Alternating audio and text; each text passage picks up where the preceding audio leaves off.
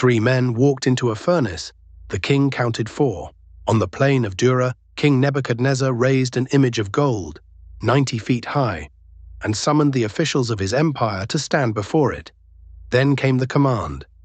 When the music began, everyone had to bow. Anyone who remained standing would be thrown into a blazing furnace. The instruments sounded, and the crowd dropped to the ground.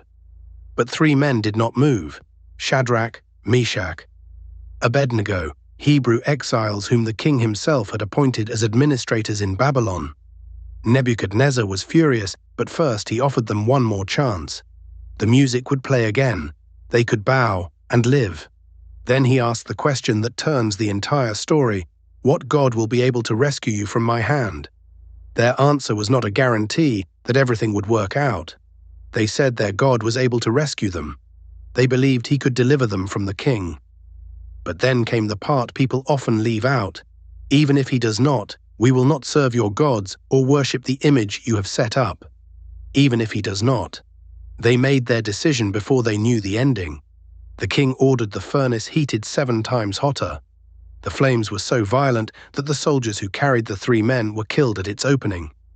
Shadrach, Meshach, and Abednego fell into the fire, bound, fully clothed, and apparently finished. Then Nebuchadnezzar jumped to his feet. He had thrown in 3 men. Now he could see 4, walking around unbound and unharmed, and the 4th, he said, looked like a divine being.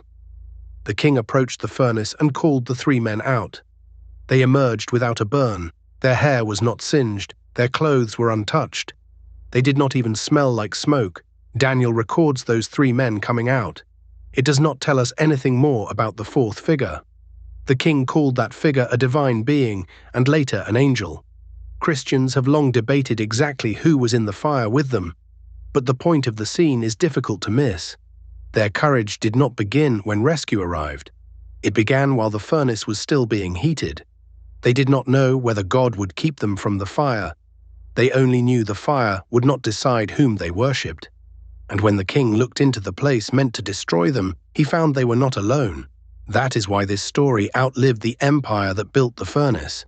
Not merely because 3 men escaped, but because they had already settled the question before they ever saw the 4th.